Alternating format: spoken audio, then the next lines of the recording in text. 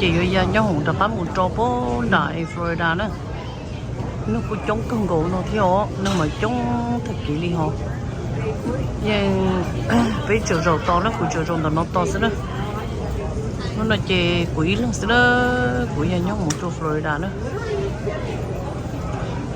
nó chống cơn gỗ đi ó nhưng mà nhà nhau một trò after holiday nó mà nó chống thực kỷ nữa thì thiết trong mong sức của tôi bố điện tôi chỉ trở nó tôi pass trong mong nữa tôi pass trong mong một cầu lo đi chăn rồi nó là tôi chỉ trong bố điện nữa chừng tóc tỏ rồi em nó to nữa nó chỉ trong bố điện nữa chỉ cái tiền đi thắt trả trong mong một cầu nó xíu của tôi bố điện nó quý lắm xí này quý lắm quý gia nhóm nó có đào phơi đấy trong có đi nó đâu after holidays rồi chơi đi chúng sắp rồi đó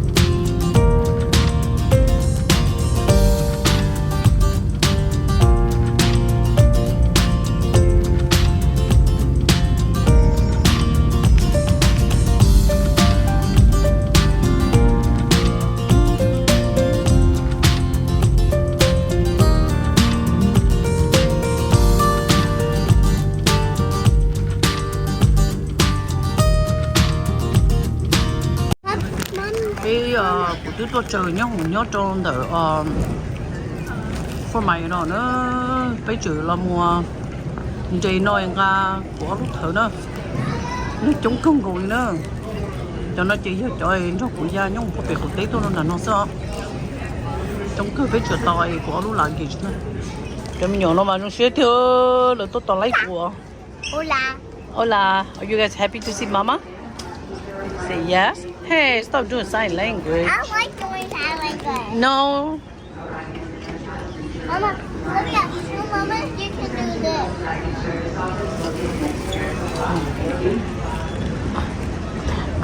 Wow, I can't believe it. Am I flexible? Yeah, it's so flexible. Can you do it too? No, No? I'm not like that. Oh my God, Olivia, what are you doing? It look like you don't have no bone on your thumbs. Mama. Who really want to see Mama? Are you guys so happy? Mama. Huh? Huh? My feet are flexible. Really? Yeah. I can wash my feet with my face. Oh, okay. Cô tôi mẹ ấy nó. Ami, look Mama. Hi. Oh, hi Papa. Hi Papa. I'm cutting him hair. No, don't cut his hair. I said, hi Papa. Can you guys say hi to Papa and Uncle? Hi Papa. Hi Papa. Hi Uncle Sean. Hi Papa. Hi Uncle Sean. Okay. Không phải nó nữa. Trên đó nó chơi lúa rooster produce. Nhớ trâu for mày nữa. Ô, lỡ mua ba nó trong cổ tiền liao. Mua ba mua cổ chó tí xí nữa. Đó. Mua ba mua cổ chó lỡ mua ô. Lỡ mua lỡ lơ nó thế sao? Cho nên lỡ lơ đó. Lỡ lơ nhiệt cơ. Chỉ bao xe lỡ mua ít chó bị chó. Xe. Ô, chỉ cá cơ liao. Cổ chó màn đầu thì tiền đi nữa. Lúc này chơi hơi lúc rooster flip bỏ kể đó được khi everyday là mua ô cho nó bây giờ rất hư cho nó chi cho nó color green chứ ô một chỉ lử nó tí xí thia ô ít chó cổ đó là ít chó cổ đó là nó nhớ trong được form máy nó nữa ô ở thêm nhiều chó cổ bé là gì lúc ta là nó giờ mình đừng họ là cha trong được form này chơi họ lo nó nữa ôi lắm một con chó kỹ cơ thế chó nó cổ đó là nó cũng cho ba lo cho chỉ lưu nó bự luôn tên nó nữa nhớ trong được nó chơi muốn mà số giấy chơi với cho đi nó sẽ thế tổng nó nữa cho nó sẽ thế lấy nó ba mà từ trong có cơ nhớ việc của tết bé chơi chỉ một ba tư gì nữa nó xây là lúc ta la nữa xây là một cái chỉ chân nó như một phao hả oh ok một phao nè cũng mua tên nó lúa ta la mà nó khí và nó khí được sử dụng thế nào lúc trên non là non trên thiết khí sao just strawberry nữa ít tế $4 thế ít lúc phải chưa ôi chị cũng phải gì $2.99 ôi trời ơi cho xem phòng số chị rồi dùng yeah khờ order luôn gì trời cho xem nữa cho chị lưu dùng nó nè nó mới ít phòng nữa cho xem chị dùng cơ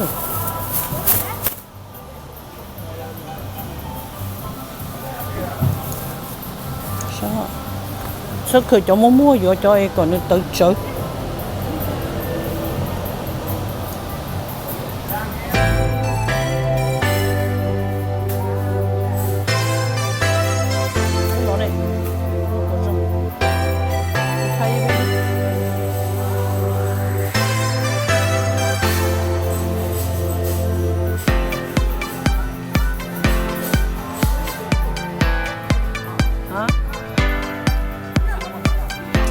Hãy subscribe cho kênh Nyob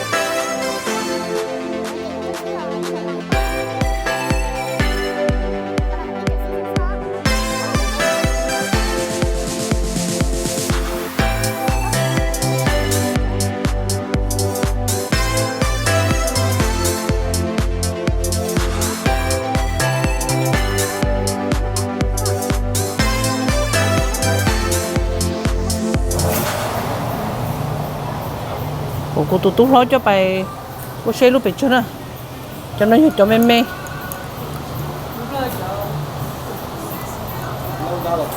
11? I think it's good. Go around first. You never know. Try. Small one. It's This different, is though. this one. It's different. It's not Cuban. Different kind. Different kind? Right? Is it? No, I think maybe about same.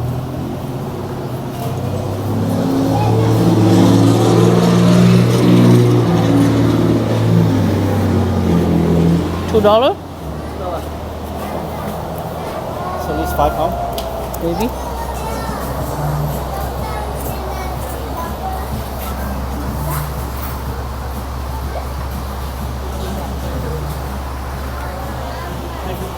$3.50. Okay. Nó một tàu lo, nó một đi lo, một thời gian nữa, tức là nó nhiều khó khăn kia thầu lúc cầu thì, nhiều ta đó là một số nữa, cầu thì có ý xứ. $3 each, cantaloupe. Yeah, I know. I don't know, they're fresh or not? They're fresh. It's fresh grown. Yeah. Oh, in the farm? Yeah, from here. They have a farm like that. Oh, sugar king. Okay, sure. What about the watermelon? Are they good too? Have you guys buy it? No, Oh. never. Bé một xe, bé một cái bé. Looks good. Cái chi lia đó cho nó nè. Chỉ cá cơ cho nó. Chỉ dưới tụ bánh nó. Tôi trong được Florida nó chơi. Nó không chỉ chia đi nó nữa. Cho nó là chỉ cái tổ tế là mua. Với dưới tụ nó cho bánh chỉ bánh nó nữa. Rồi lúc ta làm nó mà mua không. Chỉ chia nữa. Ý cho khủng chế cho khủng rồi cũng rõ thế.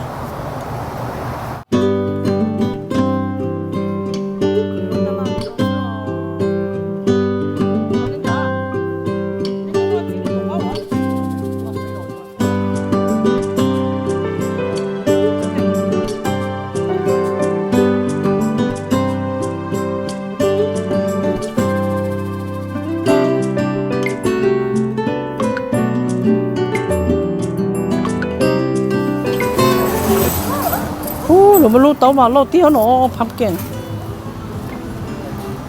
Thấy đúng không? Look here nó nè. Johnny look. Ở tao lâu luôn đấy. Lúc tao là farmers market nó chơi đi nó nữa. Hả? Oh, she goes where? You over there? Okay, let's go see then. Melinda. Go by Shane goes up and no. There's a turtle too. Oh really? Where is it? Over here?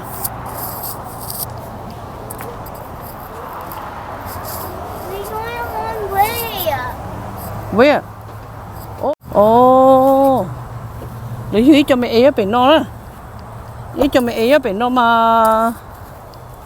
Go to tiêu đi rồi. I seen this fruit. They also have a turtle too? Yeah, over there. Over there? Go. Oh. Goes. Chúng có phải phá bọc. Touch electric đó. Ý cho mẹ ở bên nó đó. Một chú là gì hả? Goat. Where's all the goats? Over there, they are hiding over there. Here's a turtle. Chicken. Oh, chicken right there too. Bye. Let's go see chicken. Bye. Bye.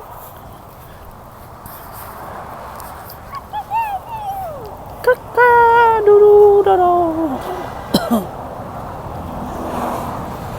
There's a turtle over there. Oh, okay. Oh. No. Don't put finger in there, okay? Here, look. Ta-da. Ta-da. Okay, let's go.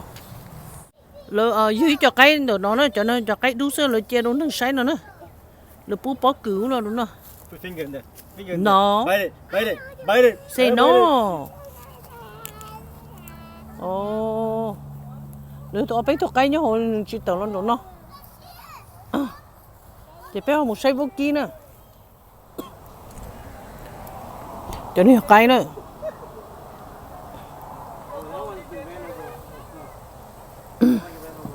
Oh. lấy gì to bấy tôi vô kia nó thế à nó là ô tụi mình vô kia nó chỉ luôn luôn chơi đâu sao là bữa chỉ đồ vô kia nó mua cho tao nó đồ vô kia nó xem nè cái mẹ nhớ đồ sát tao nó nè chọn câu thì nhớ đồ sát tao nó tôi chọn nó mà có些gì sao nhớ tới cho nó chỉ số nó nhớ tới cho Florida nhớ trong được form mai rồi nè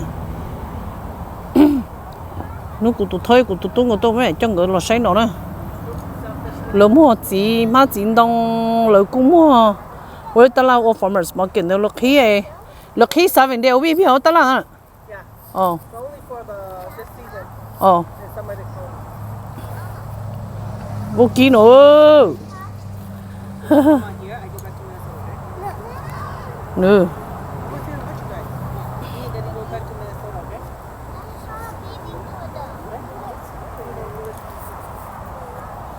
mấy tôi nhớ rồi tao nó thấy áo tôi vô kỹ của nó vô kỹ nó lọ thế chỉ mà thôi chỉ tệ đó là vô kỹ tỏ chỉ cho đi thôi vô kỹ that's it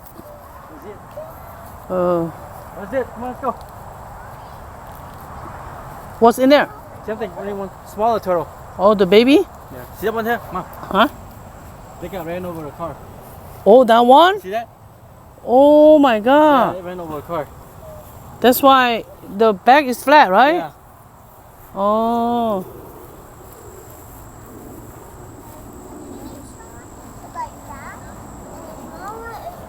oh mới tụi baby à có hết không No, that is teenager one. oh It is a teenager. Yeah, guys. teenager one I just believe it. The small ones are baby ones. mà ít tuổi nó bé nó thế You're gonna bite your fingers. số mà tí tệ hả Small one, Thomas. Baby.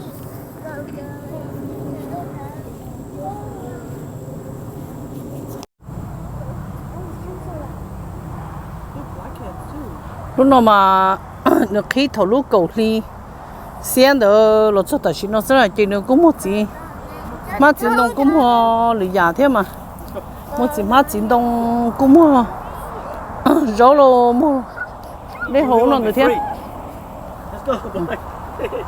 đinh cái này nó sẽ lo bây giờ nó sẽ chè bây như một cái yeah we going back home Yeah, he show you something. dạ giờ bé là một chị nữa bé là có một cái số chị nữa bé chỉ nó chân đá kỹ nó sao bé chỉ lo shopping nghe của cho nên là say luôn à farmers market nó show the rooster produce nó nè Which one we done with black ants right here, Mom? oh On the floor. oh yeah right there Black ants. Red ants, not black. Red. sao đã cho tôi tuân được bây giờ ok nè đúng không ok lo lên được không là lúc farmers market như nó nè produce market nè nên như vậy không cần thiếu Mama, look at these acorns I got from Mom. ý cho không chơi với nhau là bây giờ tao hút xeo lắm mua sao nó sẽ chơi bây giờ được ăn chơi nữa xin chỉ đùa nữa